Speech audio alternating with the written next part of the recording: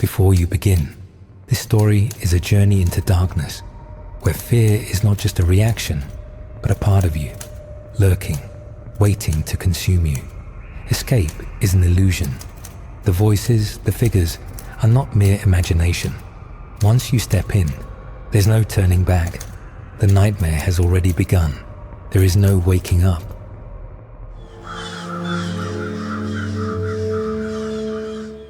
I think something inside my phone is watching me sleep. That's the last thing Avery typed into the anonymous mental health support forum before her screen blinked. Once, twice, and then recorded the message before she hit send. The time read 3:14 a.m., but her phone was on airplane mode.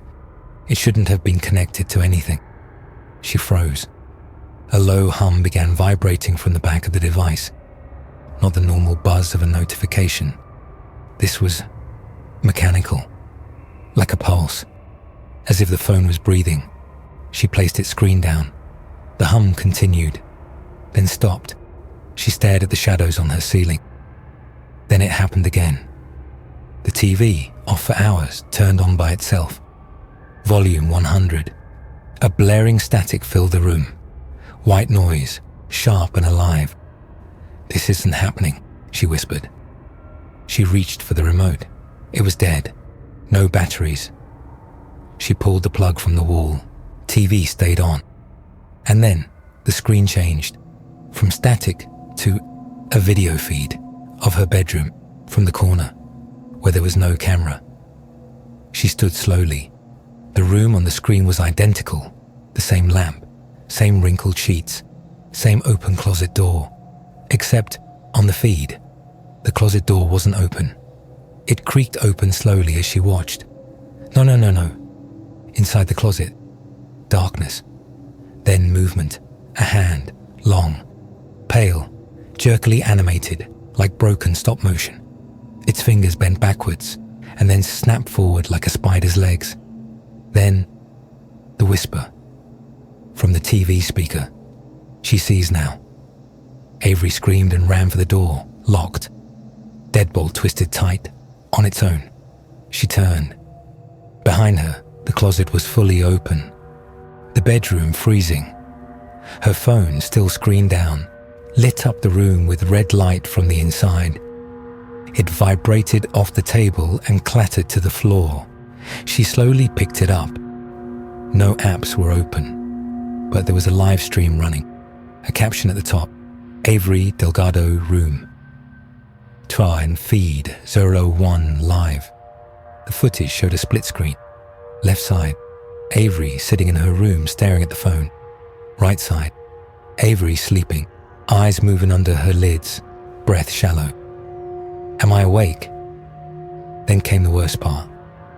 On the right side, her sleeping self sat up slowly, but she didn't move. On screen, the sleeping version turned its head and stared directly at the viewer. Mouth open too wide, jaw creaked unnaturally, then let her out. The closet door slammed shut behind her. The temperature dropped. She could see her breath. A sharp metallic click echoed in her ears, like a recording stopping. The feed on the phone froze, her own face, motionless, staring directly into the lens, but blinking on a delay, 1 second too late, 1 second too slow. The phone shut off by itself. The screen displayed 3 words burned into the pixels. Session initiated, replacement in progress. And then, behind her, a perfect copy of her voice whispered, "It's okay now, you can sleep." Avery never spoke again, but the video feed kept streaming to hundreds of other phones. Avery didn't remember falling asleep, yet she woke up with blood under her fingernails, not hers. She was on the floor, not her bed. Her apartment door was still locked from the inside, every bolt in place. Nothing had been forced, except something felt wrong. The corners of her vision jittered, like corrupted video. Every time she blinked, the room seemed to shift, like reality buffering. Am I dreaming again? She stumbled to the bathroom. Her reflection blinked half a second late. It tilted its head before she did, and smiled. "Stop," she screamed, slamming her hand against the mirror. A crack formed instantly, long, spidering down the glass. Her reflection kept smiling, then whispered, "We like the way you think." She staggered back. Her phone buzzed violently on the sink, screen still dark. But it was vibrating in a rhythm, not random. It pulsed in 3 slow beats, then silence, then 4 rapid ones, like Morse code. She opened the phone. No apps, no OS, no UI. Just a black screen with 3 white dots typing. Then a message appeared. "You don't remember what you did, but she does. Play the footage." Before she could react, the front camera activated by itself. She saw her face on screen, but only for a second. Then it cut to night vision footage from inside her apartment. Timestamp, 3:31 a.m. Avery was sleeping, peaceful, until she sat up with mechanical jerks.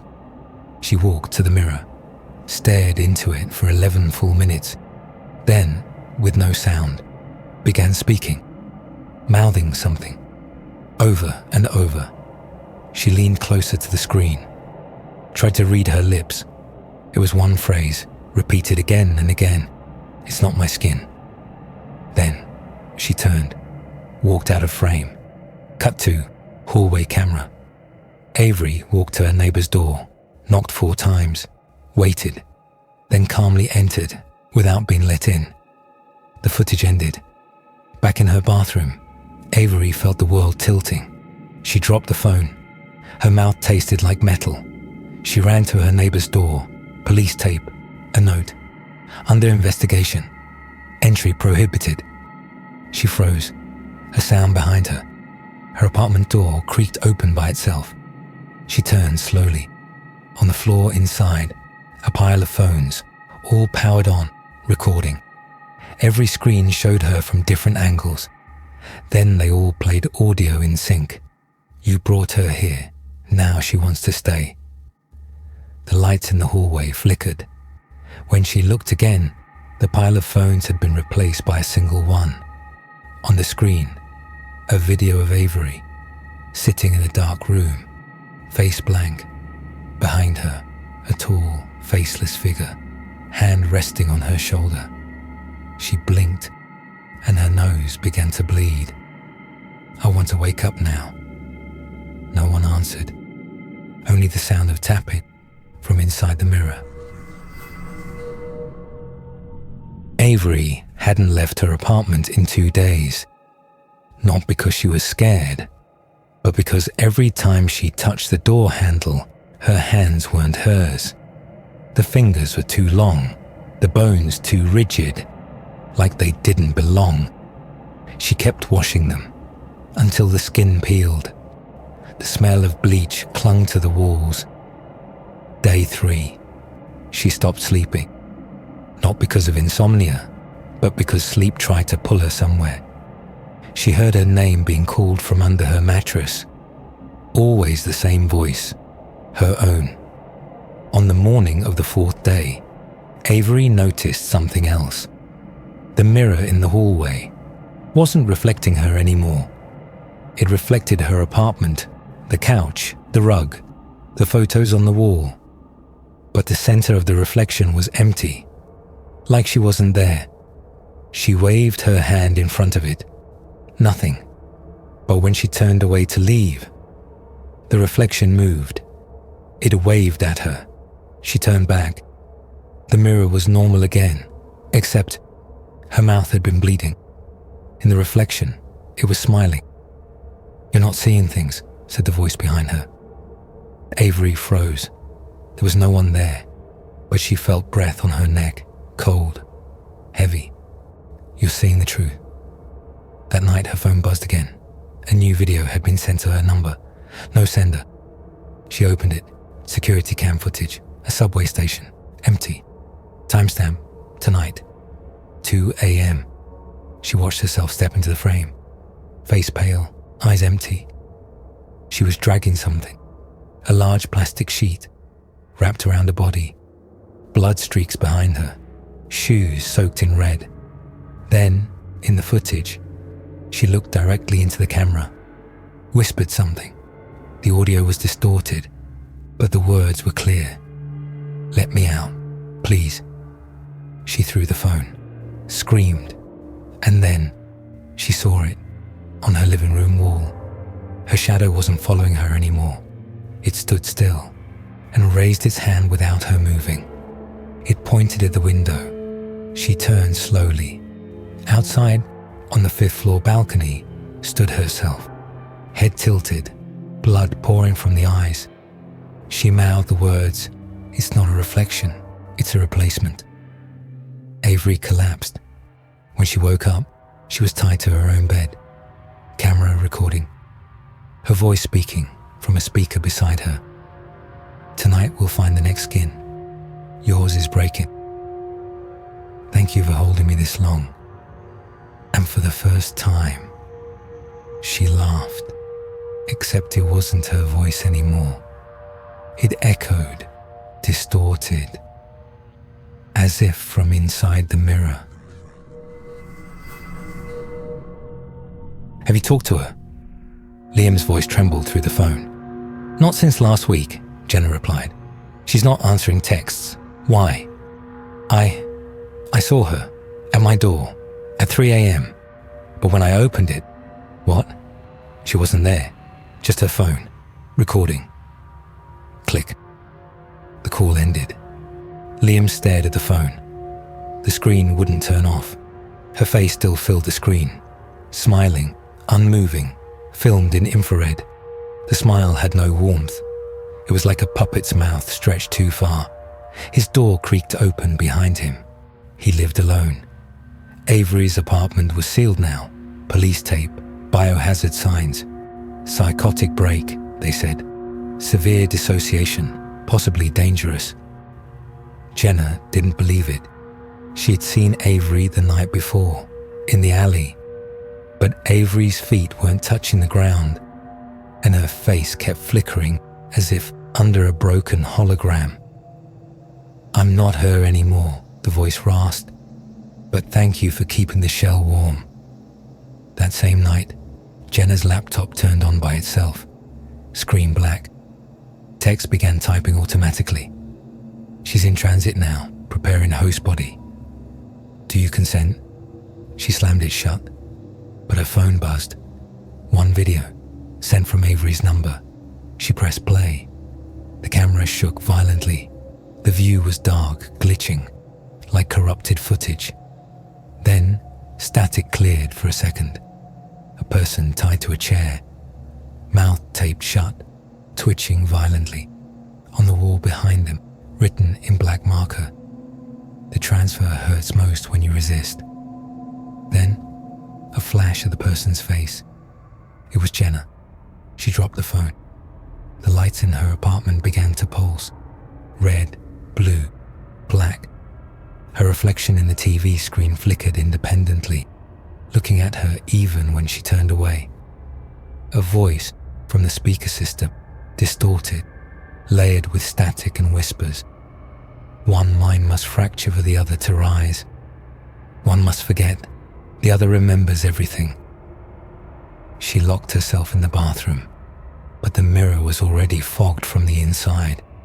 She screamed. From behind the mirror, her reflection whispered, "She needed you to watch." That's how it spreads. Her nose bled. A crack split across the mirror, and a second hand pressed against the glass from the other side. Avery's hand, only longer, wrong. The next morning, Jenna's neighbor saw her walking barefoot into the woods, smiling, eyes completely black. She was mouthing something silently. They filmed it. Later, when they slowed the video to 0.25x, they could read her lips. "It's still me, but I'm not alone anymore." That night, 4 new numbers received a video from Jenna's phone. all the same message. Do you consent? The screens started everywhere. It wasn't just Avery anymore. It wasn't just the whispers. It wasn't even the glitching phone calls. This was different. The first broadcast aired on a local news station. The camera was shaky. The news anchor's face was pale, eyes sunken. Tonight, we bring you an important announcement. Please stay with us. What you're about to see is disturbing. Then static. The anchor's lip didn't match the words that followed. She was still talking, but the voice was different. The camera zoomed in on her eyes. Her pupils were not human. What you see is only a beginning. We are not alone anymore. Not in here. Not in you. People started reporting similar experiences across the city. Radio stations, podcasts, television, even social media. The same signal, the same message. Do you consent? It was everywhere. A new ad. An ad that didn't feel like one. You couldn't escape it. Even if you turned everything off, it still got to you. Liam tried to shut out the noise. He muted his phone, unplugged the TV. But when he opened his door the next morning, a small silver disc was on the doormat. It wasn't there the night before. He didn't hear it land. No one had knocked. Jenna's face stared back at him from the disc. On the screen, a message. It's spreading. The voice wasn't Jenna's, not entirely. She's not here anymore, she's gone. Liam's heart pounded. He turned to run, but the door slammed shut behind him. The air thickened, suffocating. A sharp, distorted whisper filled the room. One more piece. One more face. The chain complete soon. Jenna's phone had been sending out its own broadcast now. Thousands of videos were shared. They weren't viral because people wanted to share them. They were compelled to. The videos, the same message. Some were close calls. Others showed everything. Liam watched a video of his own face, recorded from his own bedroom. He hadn't been in the video, but somehow, it was him. Liam heard the knocking at his door, the loudest knock he'd ever heard. It wasn't just someone wanting to enter. It was a call. He opened it, heart in his throat. There was nothing. Nothing but the wind and the discarded disc. The broadcast didn't stop. Now, it wasn't even an ad anymore. It wasn't even a message. It was reality. The transfer is complete. You are all pieces. You are all mine. Jenna's face appeared, but her eyes weren't eyes anymore. They were voids. The world started unraveling. People forgot who they were. They remembered, but it didn't feel like themselves. They were only parts of a greater whole. The last broadcast wasn't on TV. It was in the sky, a constellation, a message written in stars. We are here. Liam closed his eyes. He wasn't sure when, but he had already consented. The world didn't wait. It didn't ask. It just took. The city was dying, but it didn't look dead. Not yet. The buildings were still standing, the cars still moved, and the people still went about their day. But everything felt wrong. A sense of disconnect lingered in the air, like everyone was watching from behind glass, struggling to break through but never quite succeeding. Liam couldn't sleep. Every time he closed his eyes, he saw them. The faces. Faces he didn't recognize, but they knew him. He could feel it. They were watching. His phone buzzed again. He didn't want to pick it up, but he couldn't help himself. His hand trembled as he swiped to answer. Liam, it's not over. It's just beginning. It was Jenna, but her voice wasn't Jenna's. It had become distorted, warped, like something had taken her and left a piece behind. He slammed the phone on the counter, but it kept vibrating. It's spreading, the screen read. Then it flickered. The words changed. You're already here. The city wasn't just changing. The people were changing too. Liam's neighbors were unrecognizable. He saw them in the streets, their faces half-formed, shifting, like pieces of a puzzle that didn't quite fit. Some of them stared at him, their eyes empty and wide. Others passed by, not even noticing him. They weren't human anymore. Jenna's voice had stopped calling, but the message never ended. It was in the air, in the streets, in the words people spoke. Liam decided to find her, to find out what was really happening, to stop it, if it could even be stopped. But the more he searched, the more the world seemed to collapse around him. He visited the city's abandoned library, a place he used to go to feel safe. Now it felt like an old, hollow memory.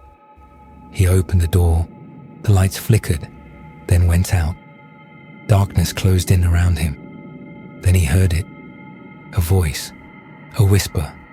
He wasn't alone. You shouldn't have come. He spun around, but the room was empty. We are gathering now.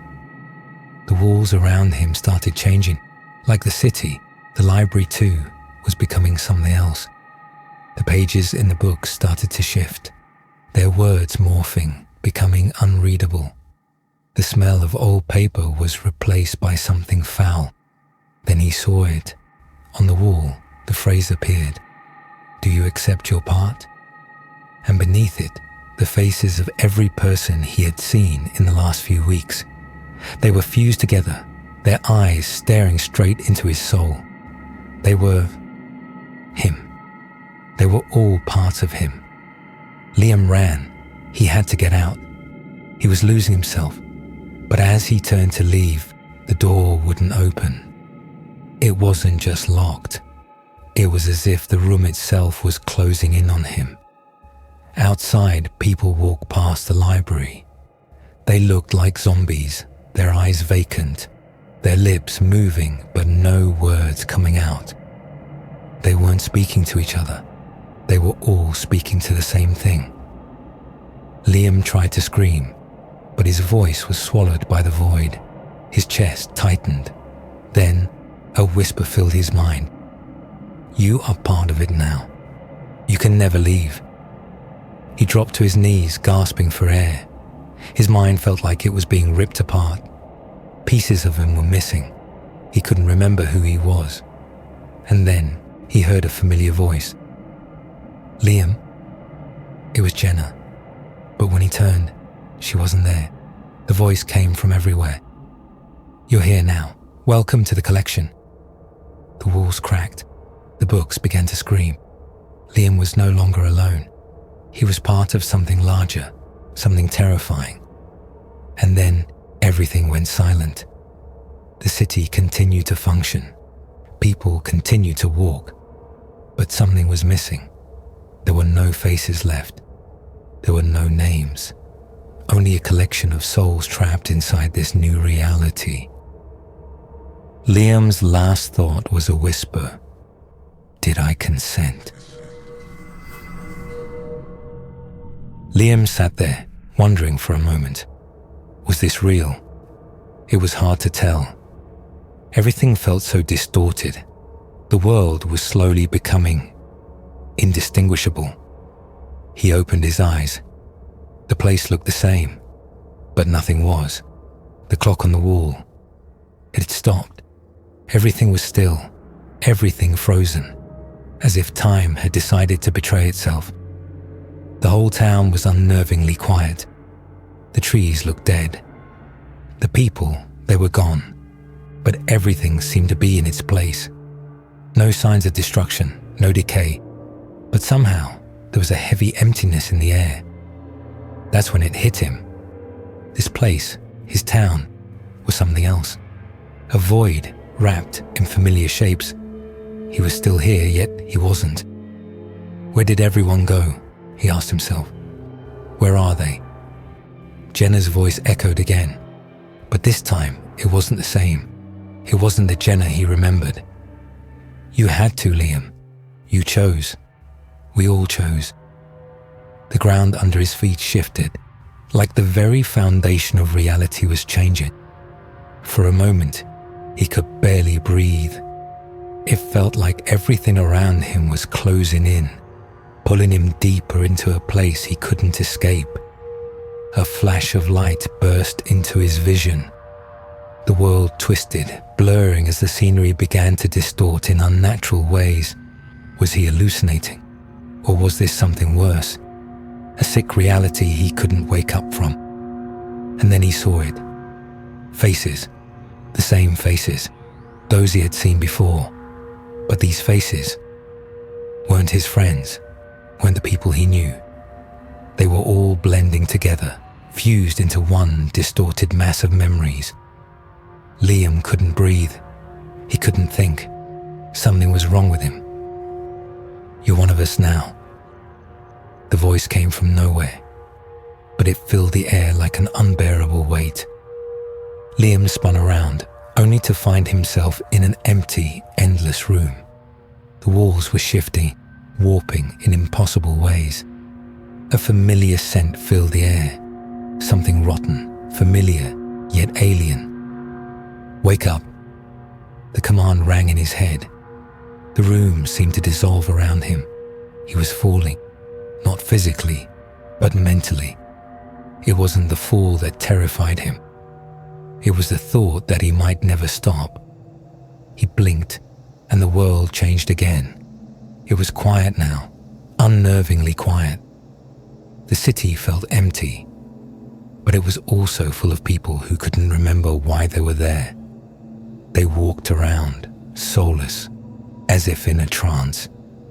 They didn't see him. They couldn't see anyone. And yet they were everywhere, silent shadows, moving through a world that was losing all meaning. Liam stumbled forward, but there was nowhere to go. It was like he was trapped in a place where time and space didn't matter anymore. You are a part of it now. The voice was everywhere. It was in his head, in the walls, in the dark corners of his mind. There was no escape. He was no longer just Liam. He was something else. He was them. They were him. Suddenly, he could see his own face in the mirror. But it wasn't his face anymore. It was a horrible reflection, a piece of himself he no longer recognized. You belong to the collection now. The walls cracked. Faces appeared, but they were no longer human. They were parts of him, parts of everyone. Liam's thoughts became a whirlwind. His breath quickened, his heart pounding. Had he chosen this? Was this his decision? No, it wasn't his choice. He wasn't even sure he had any say in the matter. He was being restructured, reborn into something he couldn't control. A voice broke through the fog of his mind again. Did you ever choose, Liam? Or were you always meant to be one of us? The world tilted. The ground below him shifted, revealing an abyss he couldn't escape. He screamed, but the sound was swallowed by the darkness. He was falling into the unknown. But even as he fell, he could feel it. Something was pulling him together. You are all here now, all of you, a part of the same thing. Liam's last breath was a whisper. He was never alone. He had never been. Liam woke up in a place that wasn't a place at all. The air was thick, suffocating, as if it were trying to erase him. His chest felt heavy, his limbs alien. But most disturbing of all, it felt familiar, like he'd been here before, in this state, yet it wasn't his. His eyes scanned the surroundings. It wasn't dark, but a dim, perpetual half-light, where shadows didn't have form yet still existed. The edges of everything blurred, folding into one another like a liquid dream. "You're becoming one with us now." Liam recoiled. The voice again, but it wasn't just a voice. It was a presence creeping beneath his skin. It spoke through him, as if it had always been inside him, waiting. His body moved without his will. His arms lifted, stiff and unnatural. His mind screamed for control, but it was useless. The resistance felt impossible, as though it was too late to fight. The world around him shifted. The air folded like paper, revealing another layer of reality. The streets were familiar, yet they weren't his. Buildings floated, suspended by nothing but his growing terror. Then he saw them. Faces. They were everywhere. Fragments of him, yet not him. Each one distorted, twisted, as though his psyche was broken into pieces. Hollow eyes stared back at him, their expressions unchanging, waiting. Liam stumbled back, but his feet wouldn't move. The faces began to merge like liquid blending together, features warping into something unrecognizable. His mind cracked under the strain of seeing himself in every one of them. "You're part of the fusion now, Liam. We all are." Liam's head snapped up. For the first time he noticed Jenna. She stood at a distance, but something was wrong. Her face blurred, shifting constantly, a grotesque mix of familiarity and alien features. "Jenna!" Liam cried out, his voice hoarse, almost unrecognizable. But she didn't respond. She smiled, but it was too wide, too empty. "You can't save her, Liam. She's already part of it." His chest tightened. It was too late. Everything was. The walls around him closed in tighter with every breath. The faces, they were him. The reflections in his mind were all connected, blurring the line between him and the others. Liam's fingers twitched. His body was becoming part of the world, part of the walls, the faces, the whispers. He was losing himself, becoming just another piece of the whole. The fusion was complete. Welcome to the collective. The air was dense, suffocating. Liam's eyes fluttered as his vision darkened. Every breath became harder, as though the world was trying to drown him. But then, a sudden clarity. For a brief moment, Liam was himself again. He could feel the boundary between him and the darkness that devoured him. He was more than this, more than just a piece in the puzzle. But the clarity vanished, replaced by the suffocating darkness. Liam could feel the others. They were inside him, under his skin, their thoughts merging with his own. "You are us. We are you." The words were no longer words. They were threads, stitching themselves into his thoughts. Liam tried to scream, but the scream was swallowed by the emptiness, lost in the void. His body was no longer his own. His mind dissolved into the collective. The world shifted again, but this time, the merging wasn't just in his mind. It was everywhere. Reality itself was falling apart, piece by piece. Every face, every voice, every memory was becoming part of something older, darker than he could understand. Liam felt the final pull. His identity was consumed. "You're one with us now, Liam, forever." And just like that, the world became silent. Liam was no more. He had fused, merged into something larger, something monstrous. There was no light, no sound, just an abyss. Liam's existence, if you could still call it that, was suspended between worlds, in a place where nothing made sense. His mind, once alive with thoughts and emotions, now echoed with an eerie emptiness. It wasn't silence. It was something worse, a constant hum, like the voices of the lost, calling to him.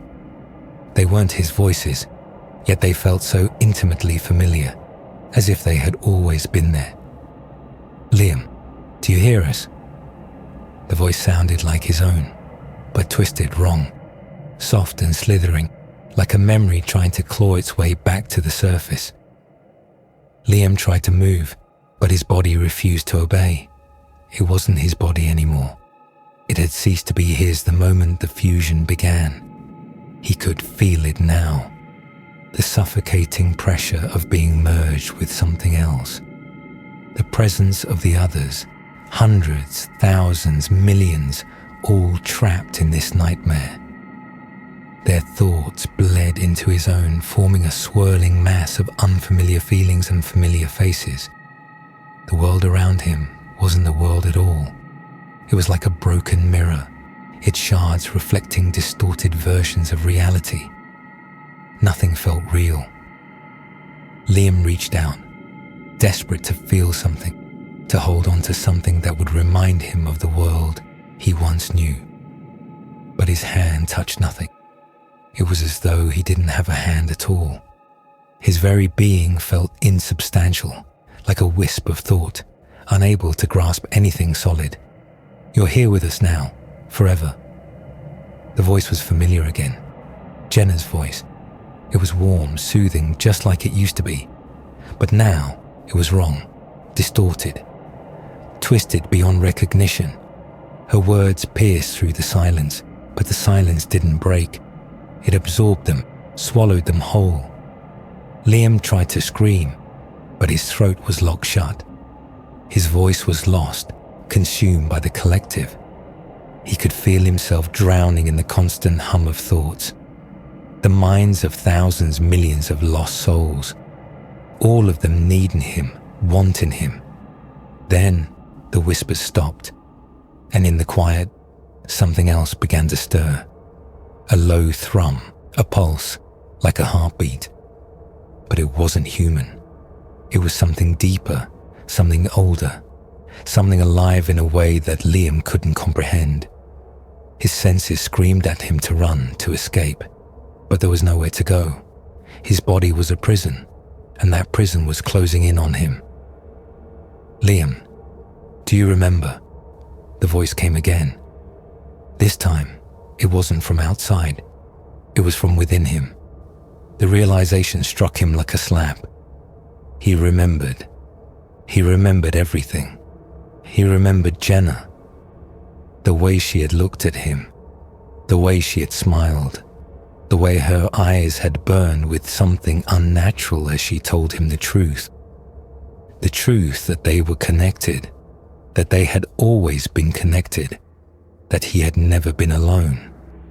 He remembered the night they started the project. The experiment. A way to push the boundaries of neural technology to understand the mind. But they had been wrong. They had tampered with something ancient, something they could never understand, something that wanted them, wanted to consume them. We are not what we were. Liam's eyes snapped open. He didn't remember closing them, but now they were wide, taking in the strange, shifting landscape around him. He could see shapes now, faint outlines of something that had once been real. A door, a window, the vague suggestion of a room, or maybe a street. But it wasn't real. The details were wrong. They were incomplete, like a dream that faded the moment she woke up. The fusion wasn't complete. Not yet. Liam could feel it deep within him. The last piece, the last key. The thing that had been waiting for him to accept it, to become it. The cycle begins. A flood of images washed over him like a tidal wave. For a moment, he could see everything. The collective, the world outside, Jenna's face, distorted, and then his own. The world was not a single moment. It was a loop, a never-ending cycle of connections, fusions, and echoes feeding off one another. The more he understood, the more lost he became. Liam tried to resist. He tried to fight, but it was no use. His mind was slipping. It had already started to bend and twist, becoming part of the whole. He closed his eyes, And when he opened them again, he was no longer himself. The faces around him were his, but not his. He was them, and they were him. A collective consciousness stretching across an endless horizon of broken minds. Welcome, Liam. Welcome to the end. And then the pulse stopped. Liam, or whatever was left of him, stood alone in the vast, empty nothingness. The silence was deafening. The world was gone. He had become part of it, part of the collective, part of the endless echo that would never stop. Liam's mind was no longer his own. He had become the collective, a swirling storm of fractured consciousnesses locked in an endless nightmare. The boundaries of his identity had dissolved, and with them, every last remnant of who he had once been. He wasn't Liam anymore. He was everyone and no one. In the suffocating silence, the absence of everything became his prison. No voices, no whispers, no echoes, just an infinite void. Then a sound, a soft, barely audible thud. Then another, a pulse, a heartbeat, but not his. Liam, or what remained of him, focused. The rhythm was familiar, too familiar, terrifyingly familiar. Liam, is that you? Jenna's voice again. But this time, it didn't echo through the nothingness. It came from inside his mind, desperate, broken, pleading. You didn't listen. You didn't understand. His thoughts splintered, fragmenting into static. But her voice broke through, and with it, others. So many others. Souls, thousands of them, bound together in this twisted network. It's not over. Jenna's voice cut deep. She wasn't just speaking now. She was inside him. Her words vibrated through the hive of minds like ripples in water. Then he felt it. Something else. Something dark, heavy, cold. A presence outside the collective. Alien, not human, not alive. Something ancient. A distant sound.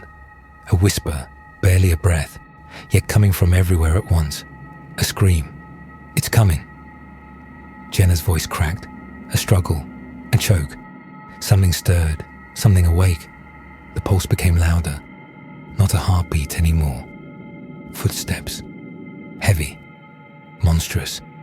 Echoing through the void like thunder. It wasn't walking. It was arriving. Liam felt its weight pressing in, not physically, but psychically. Reality bent beneath it. His mind buckled. He clung to the last flickers of his identity, but they slipped like sand through his hands. The thumping was thunderous now. It was breathing, watching. Can you hear it? Jenna asked. Her voice now warped, stretched thin by whatever force had invaded them. The code. It never ends. It never will. Liam's form, if it could even be called that anymore, was no longer his own. It had become a channel, a vessel for something far worse. Reality cracked. The edges of existence bled static and distortion.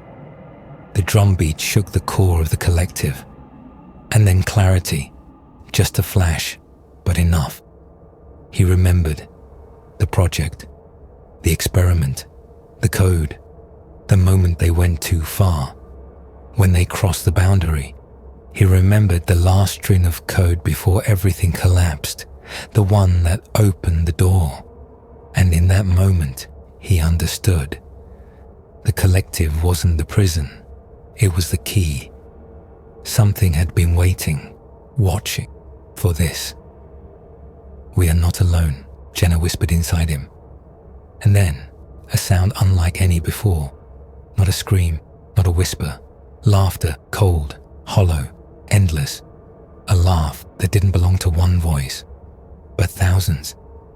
The last thing Liam heard, as the darkness swallowed him completely, was that laughter echoing across the void, and with it, the final truth.